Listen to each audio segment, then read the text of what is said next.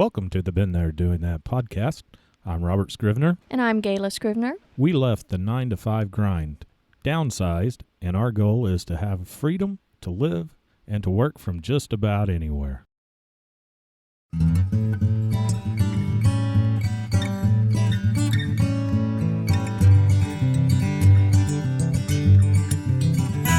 Welcome to the Been There Doing That podcast. It's another show that we're going to dedicate. I don't even know what number we're on. No. By this time, There's a bunch under our belts. Yeah. Well, this show is dedicated again to Overland Expo, but this time 3 shows to that one?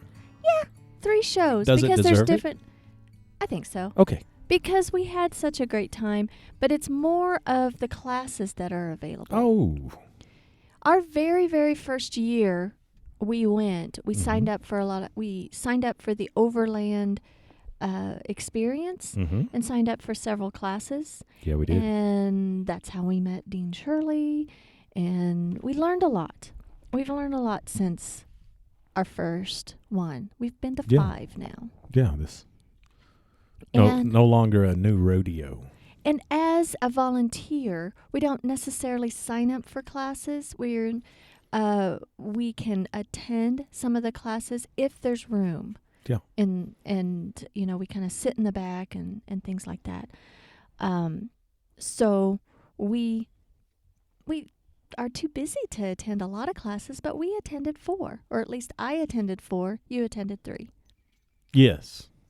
The first one that we were able to make was Maggie McDermut's class, or at least I made it. Yeah, you made it. I was already... For about half of it because I needed to report to duty, but it was in an open tent. And her class, she taught many classes, but the one that I popped into was It's a Dog's Life, Tips to Travel with Companions of the Canine Variety. And how was it?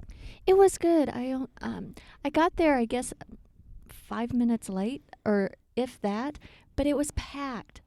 That tent was packed. I kind of stood on the outskirts because I needed to report to duty, and I didn't want to disrupt anything and take a seat. And she had started her class, barely got into it, and she did a fine job. And I learned some things. I mean, she used to have a dog that was anxiety ridden, kind of like Tucker. Yeah. And so she decided that I'm not going to take the dog. Yeah. Because you've got to not only, you can't conform your dog to your way of life. Sometimes you have to, there's give and take there. She knew that dog of hers that had so much anxiety, it didn't work well. It's not going to work. Yeah. And so what happened with that little dog, she'd have her parents dog sit. Eventually, her mom and dad said, yeah, this is our dog now. They adopted it. Yes. Her current dog, though, is a great traveler and doesn't have the anxiety problems. She doesn't believe really into medicating, an anxiety-ridden dog. She believes in, there's training that's involved and things like that. But there's a lot to consider when traveling with pets. Oh, yeah. Because some parks, a lot of national parks are not pet friendly. That's true. And if you want to go to some of those parks, you need to plan ahead to have a little doggy motel. Or a pet sitter. Yeah, but Doggy motel would work. If you don't know anybody in the area and you're traveling with the dog and you're, I don't know, at Grand Canyon or something. Yeah.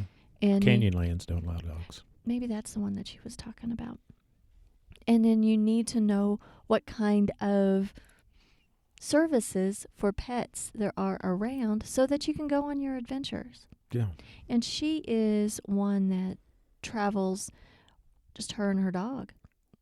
And so she needs to plan ahead and take care of the dog, or her plans may change because of the dog. That's true. And they talked about even first aid for pets. And she's like, I have a little first aid kit. Just in case. But it's mainly the same stuff that I have in my first aid kit. But Yeah. sometimes, they may get poked with a cactus or a bee sting or something might happen that you need to help them out with. She grew up with horses, Mm-hmm.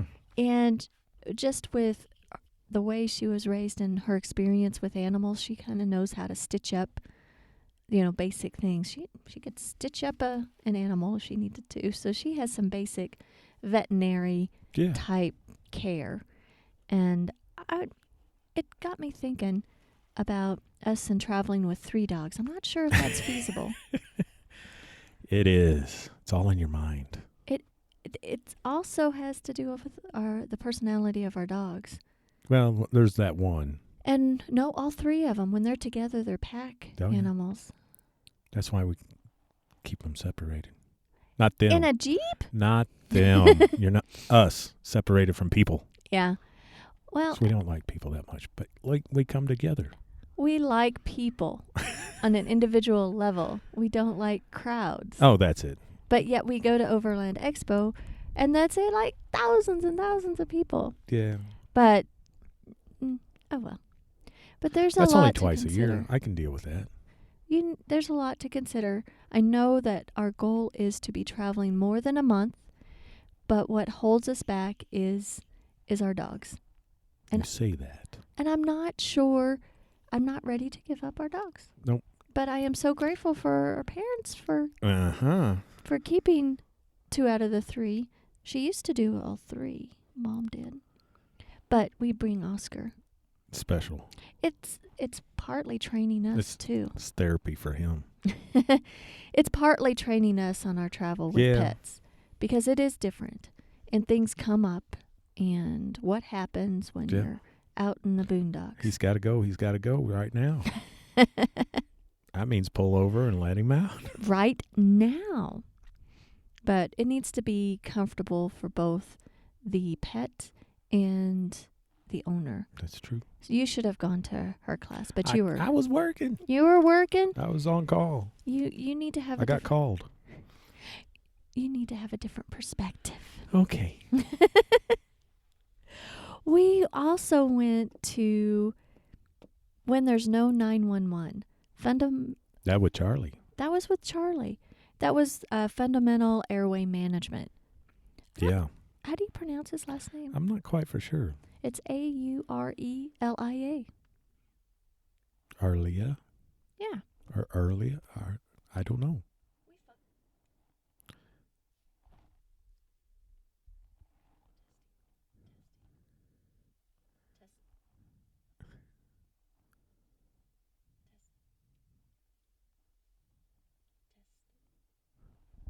You broke it. You kept talking.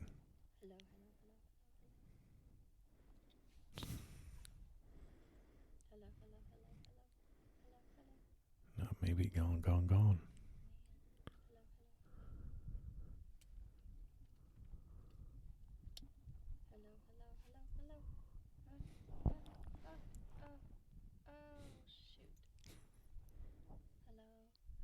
Okay. Charly.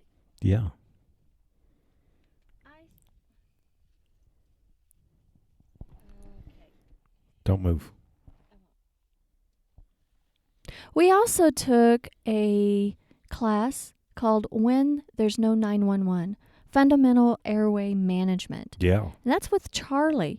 And I'm not sure how to pronounce his last name. Really like But you the could guy. spell it. Aurelia. There you go.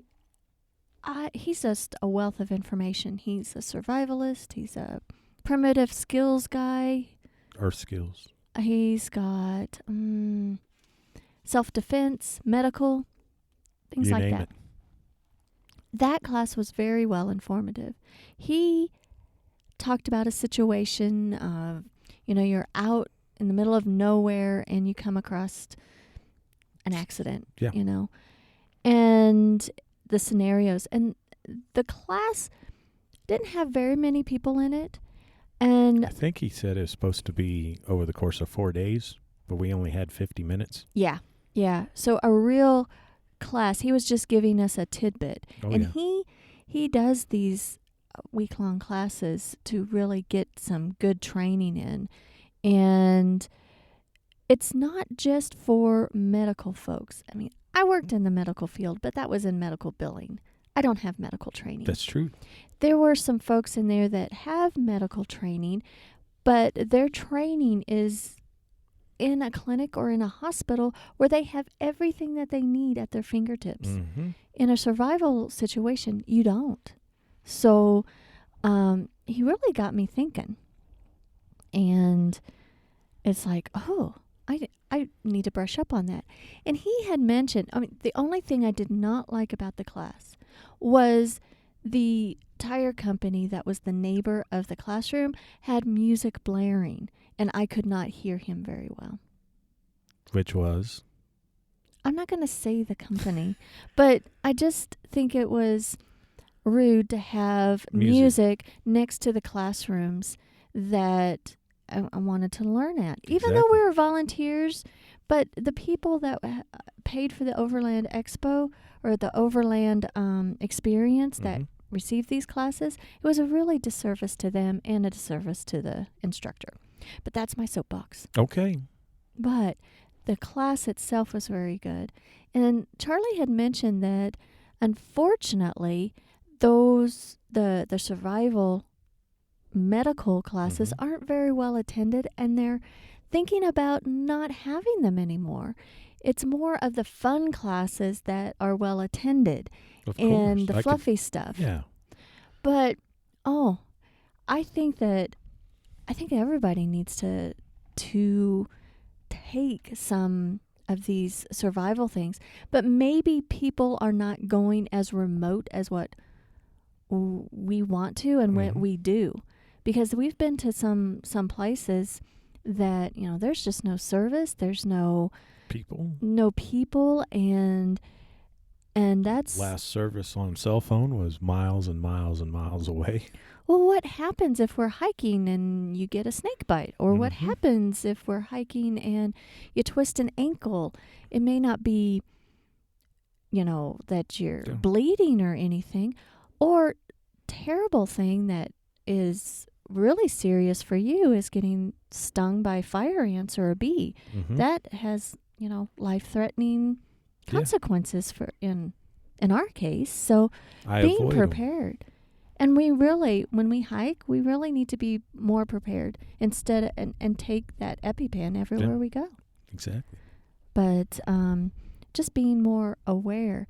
And I really liked his class. Yeah, he teaches well. He's a good teacher. And the scenarios that he has. So thank you, Charly, for those classes. Looking forward to future ones. And yeah, the only thing is no music. Yeah, next door. You know what else got me thinking about his class? What's that? That it's kind of related but not related. I've been thinking a lot about the ham radio thing. Okay. And I know that it's important, and I appreciate that you know how to contact people when we're in the middle of nowhere. What if, you know, we're in the Jeep on a hill in mud and stuck and just don't know, you know, we're stuck.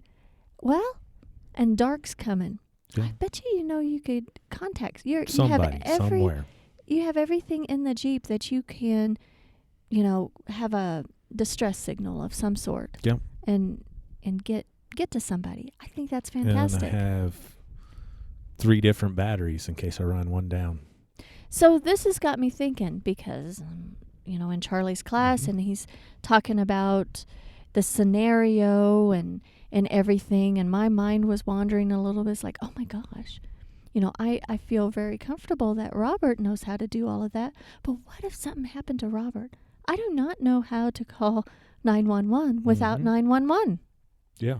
You know?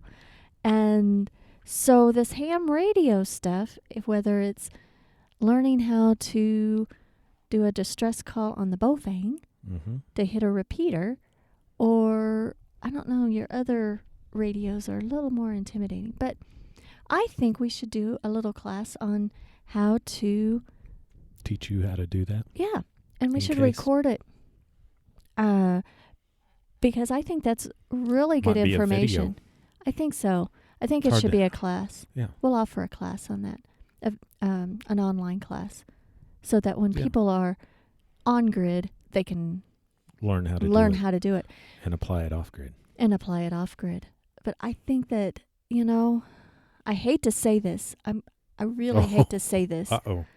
but maybe technician will be in my future. Uh-oh. I think that should be a prerequisite to any overlander, is to at least have a technician license and get refresher courses on how to use ham radio. And it's not, because CB is just between 4 or 5 miles, if that, if in that. some terrain. But ham radio is so much different, and it's not about just communicating between vehicles if you're convoying. It's to reach out and touch people to get saved. Yeah. And I know they have these satellite They things. have T-shirts says ham radio saves lives. Yep. So there you go. So that's, and every time that there's a disaster, what do we fall back on Ham radio. for communication? Yes. Cell phone towers go down in storms. I don't know. There's a lot to do with satellite radio and how expensive it is and stuff like that. But Quick that communications is ham radio. Yeah. And there's probably limitations to that too. But Charly, you got me thinking to be converted to a ham evangelist. Oh my Thank gosh. you, Charly. Thank you. Well, we took another class. Sunday was the day of the Overland Expo that we took the last 2 classes, and that really opened up our eyes. Oh, yeah. The first one that we did was internet connectivity while overlanding, and Thomas Cole taught that one. We met Thomas. He does computer work part-time. I think that's it. And either programming of some sort. Mm-hmm. I think he's more into the technical stuff than what we do online. But he talked a lot about antennas. Yeah, I like antennas. You do. You make antennas for ham radio and all of that. He lost me, honestly. A little above your head, but I knew what he was talking about. You got a lot out of that. And he talked about the types of ways that you can get internet connectivity. Like, you can go to coffee shops and libraries. We do that a lot. Yeah. You have a hotspot, which our hotspot now is on our phone. We used to have a Verizon hotspot. And he talked a lot about AT&T and Verizon mainly. And I think those are the 2 major carriers. 2 big ones. And it sounded like he had a Verizon hotspot and an AT&T phone. But I could be wrong, and I could have them switched around. And then he got to talking about his antennas. Yeah. What else does he have? Do you Amplifiers and boosters, and those are 2 different things. You can boost a signal, but you got to have a signal to boost. So that's I'm looking forward to doing some stuff with that. That's our next project, is really experimenting with that before our next major trip, is purchasing the hardware. That will be done before midsummer. Yeah. July-ish. And look for a video on that. What are you getting? I mean, what? It's a booster. I believe I'm going to say the Wii Boost. That is, works for all U.S. carriers, I believe, that from what I've read. So AT&T, Verizon, Sprint, T-Mobile, I believe. What I understood They're not carrier-specific boosters. What I understood from Thomas in his class was that you really needed to read the fine print, because when you pick a booster or an antenna, it works on specific frequencies, and you have bands, which is frequencies. And you have to go to the carrier's website and search for what frequencies what bands they have available that your phone can, utilize. So you can also do it on iPhone, and I want to say it is star 3001 star pound 12345 star, something like that. But we can put that in the show notes. Okay. That's for your phone. That's for your phone specifically, or your carrier. No. That's or just for Verizon. It's for iPhones that I know of. Oh, or just iPhone. There you go. So when you I think Android's a little different, but you might be able to do it with that. So it doesn't matter what carrier you're on an iPhone, when you do that weird combination that we'll put in the show notes. It will go to the settings. It will do a field test is what it does. I see. And tells you what band that you're on currently. Mm-hmm. But there is also 2 apps that you can download to see if you have coverage in that area. And another one is kind of a coverage, find the signal, speed test where the towers are located. Well, a lot of those the antenna talk. Mm-hmm. Omnidirectional, and then you have That's a Yagi. lot to do with ham radio as well. Yep. Because I've heard in your little Yagi. ham evangelist circles Yagi a lot. Not Mr. Miyagi. Not Mr. Miyagi. That's a different thing. And so, okay, Charly got me started, and then now Tom, he's like talking about all this antenna stuff. Mm-hmm. It's like it crosses the technology, the knowledge base cross references. It's the same but yet different. Yeah. And so you're going to get, well, the antennas that you have for your ham radio cannot be used for boosting our signals. Correct. For cell service. I suppose you could make one, but, it'd be difficult. Now, we have what's called a Wi-Fi Ranger, and that picks up somebody's Wi-Fi, like at a campground, and boosts it, amplifies it into our space. We might ought to experiment with that. We might want to bring it and experiment. Yeah. Yeah, just Wi-Fi, though, not cellular. Right, which is different, but not everybody understands that. I do bring a 12-foot push-up pole for ham radio use that we could stick if we had a weak Wi-Fi signal that was open, not secure. Mm-hmm. Stick the Wi-Fi Ranger on there, stick it 12 foot up in the air, better signal, and see. Now, this booster that we're going to get, the cell booster, you said the Wii booster? I think that's the one. You've been talking to Adam Raven. Yes. Right? He's a good friend of ours. Yeah. And he has one. Yes. And he's had good use out of it? Yes, he has. He said, you got to have a signal to boost before you can boost anything. Mm-hmm. So if you don't have a signal, it's not going to create nothing out of thin air. Right. You got to have at least a bit of signal to boost. I like talking with people like Adam and Autumn. Adam and Autumn, they travel all around and work from anywhere as well. And hearing their experiences with the tech stuff helps. Yeah. Because then it helps you know, what do you want to buy? And how much are those boosters? Around $500 for that. And that, it's not carrier specific, so you can use it on T-Mobile. I think T-Mobile. But at least Sprint, Verizon, and AT&T. Yeah.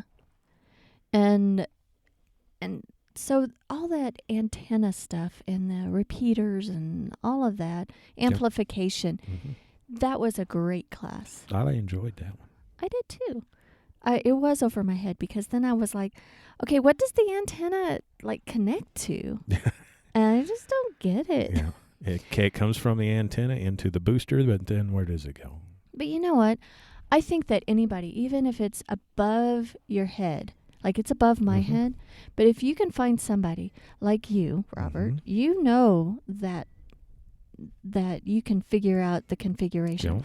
Once it's figured out, then I would know how to plug. You just teach me what to Yep. plug in and how to use the system. Yep. So even if this antenna talk is over your head, you can find somebody to help with your connectivity Yep. and get your vehicle, boosted up. Yep. So that is good. And I want to stray away from classes for just a little bit. Uh-oh. Because you had your own class at our campsite. Because this I did? gentleman, yes, this artist kept coming by and he really liked. Christian. Was that his name? Yeah. He was such a neat guy. And he's an artist and he travels around, but he was having solar difficulty. Yeah, he had a Goal Zero, I want to say battery pack solar charge controller type thing. Mm-hmm. I don't know exactly what he had. Didn't see it. But he came by our campsite several times, and you guys talked solar, how you set up our system, Mm-hmm. and how long it works for, and things like that. And you prefer to build your own versus having. Not that there's anything wrong with Goal Zero.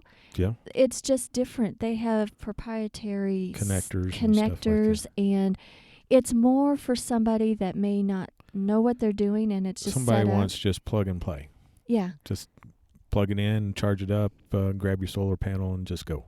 And there's nothing wrong with that. But then the same size solar panel, there was something wrong with his system that he needed fixed, and he was he learned a lot about it. Yeah. He said he found out he could actually, plug an extra battery in and have a bigger battery bank, which is good. I didn't know that either. Yeah. And that, just by asking questions and just by having conversations, Mm-hmm. just in the campsite, it was great. Yeah. And you were teaching him a lot. Yeah. I Just think how he you learned did it. something. He said thank you and walked off and came back the next day and asked more questions. But Mm-hmm. yeah. And he was asking questions all around so that he could find a system that worked best for him. Yeah. And that was great. So now back to classes. All right. One more class. Right after our internet connectivity class, we went to the next classroom over and went to overlanding while working full time. Is it possible? And we do that, but we would like to overland full time and work full time. Yeah. And we're Not impossible. Not impossible. And that was with Eric and Brittany Highland. Yeah. And you can follow them at Gypsies. Gypsies. That's what I meant to say. Gypsies. Jeepsies. Like gypsies, but with a J. Gypsies. Brittany was ill that day, so Eric took over the class by himself. And he did a wonderful job. He sure did. Getting to know somebody that you follow online, Mm-hmm. it's really cool. And he really inspired me, and we can do it. Yeah. We can do it. And what I took out of that, there was some overlay of the antenna class, or the internet connectivity class. Because they need it too. They do. You got a job, they got deadlines and stuff, got to be online.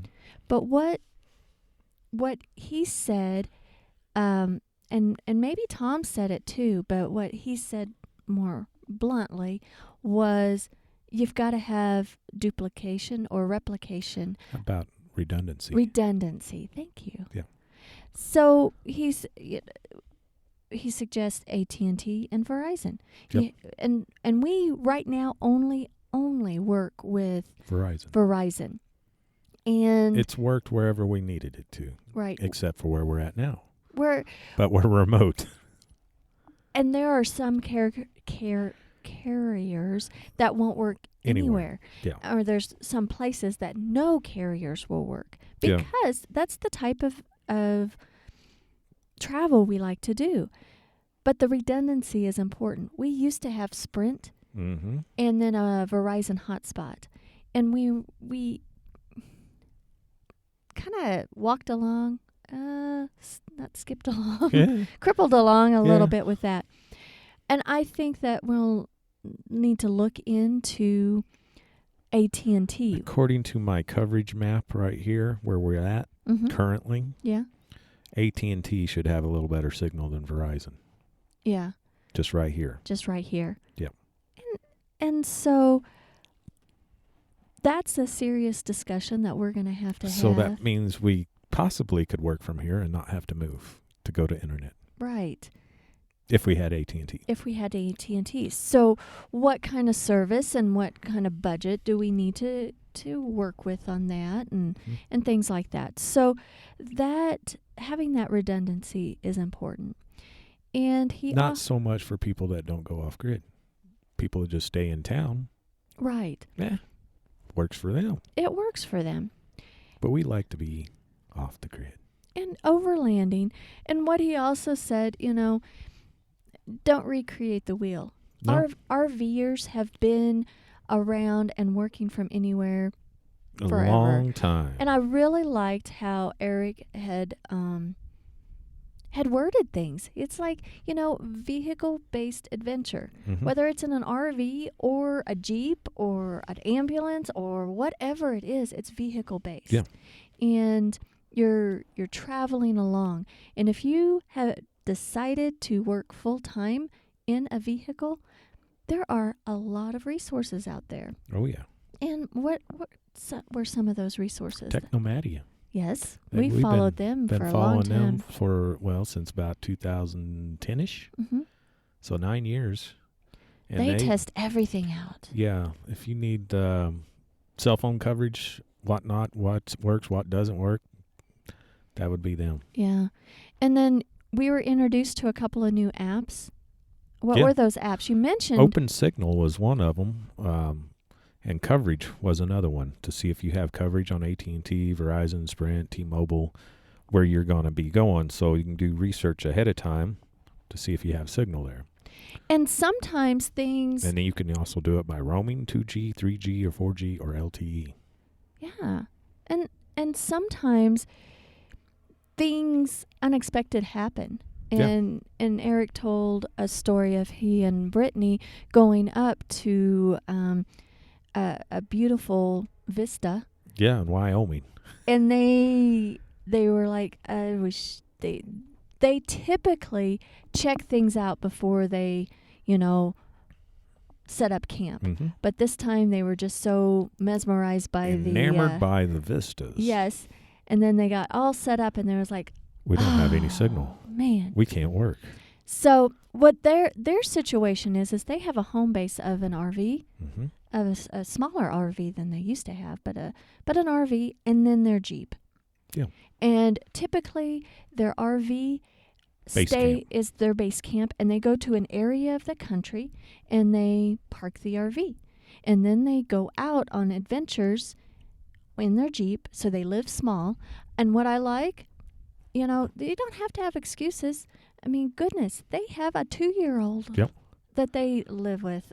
And full time. And they both work, and they need internet to work. And they do basically marketing. Yeah. They have a lot of little businesses, so their revenue streams are multiple places. But that didn't happen overnight. And what made me feel better is it didn't happen overnight. Yeah. It was a sequence of many little events that's led up to where they are now. But getting back to their Vista, they drove their Jeep because they had their RV and their Jeep. Yeah. They drove their Jeep into Signal every day. 39 miles, 40 miles, one way. Because they had to do it. And they had to... Suck it up and do it. And that's how they worked that week. And so now they get to a spot, test it, do a speed test on the internet, see how quick it is. Is this usable or not? But I can see sometimes things just happen. Weather, tire blowout, something. And so he was really candid on saying you've got to have a good schedule. Yep. You've got to produce the work. Don't let your clients down and stuff. And that meant a lot, and we'll step up our game on that so that we can have structured time and know a little bit, planning for some people, they think that restricts freedom, but really it adds to the freedom. Mm-hmm. Because the more that we can plan, the more we can say, we can be totally without signal for this amount of time because I've already got this other stuff done. Yep. And we can go way off the grid what we want. And figuring out a schedule that works best for us and being able to compromise, improvise, and adjust so that we can get the work done. Yeah. But it can be done. Not impossible. And we have several people that said, "Oh, I wish I could do what you guys do," and we wish we could do more of what we do. And the plans are in the works because we're making it happen. But so many people say, "Oh, I guess I want to travel more when I retire. Only when I retire." It's like, oh man, no, we want to live life now. Yeah. Doesn't mean that it's easier. Well, it's like Eric said there, it's not what you have or what you don't have, it's the memories. It is true. Yeah. It is true, the memories. And I'm appreciative of all the memories that we've created so far. Oh, yeah. And when you sit back, it's like we have done a lot. Yeah. We have learned a lot. And those classes are well worth attending. It's not just about the vehicle and the tactical stuff. It's also the practical stuff. And following Eric and Brittany, it's a good thing. And I'm glad to have met Eric in person. Wish we could have met Brittany as well. But Eric just tells it how it is. Oh, yeah, he does. and he's like, if you can always come up with excuses not to do something, but I mean, you can make things happen, and I really like that about him. Yeah. So, well, I liked this year's classes. I'm glad that we didn't get to attend, a lot, but what we did attend was, quality, and it's inspired me that we've experienced a lot so far since moving into our RV full time, and then downsizing even further to travel in our Jeep, and then we have plans for our future vehicle. Yes. And I think we have a lot of experience that it's time to teach our own classes. Oh. Yeah. You're throwing the gauntlet down. I think the first one is that emergency ham radio one. I'm kind of scared. I wonder if I need to know how to. Mm-hmm. What if we're on a hill, slick hill? Like we were yesterday. Future episode coming up. But anyway, thanks so much for joining us this week. I hope you enjoyed the show. Yeah. And you can always find us on BeenThereDoingThat.com. Yes. And with the same name, follow us on Instagram, and YouTube. And, of course, subscribe to this podcast. Anytime that you want to comment on it, we're going to take the advice of Mr. Dennis Garman. Yeah. That's for sure. If you like what you hear, please let us know. If you don't, keep your comments to yourself. On that note, it's a beautiful sunshiny day.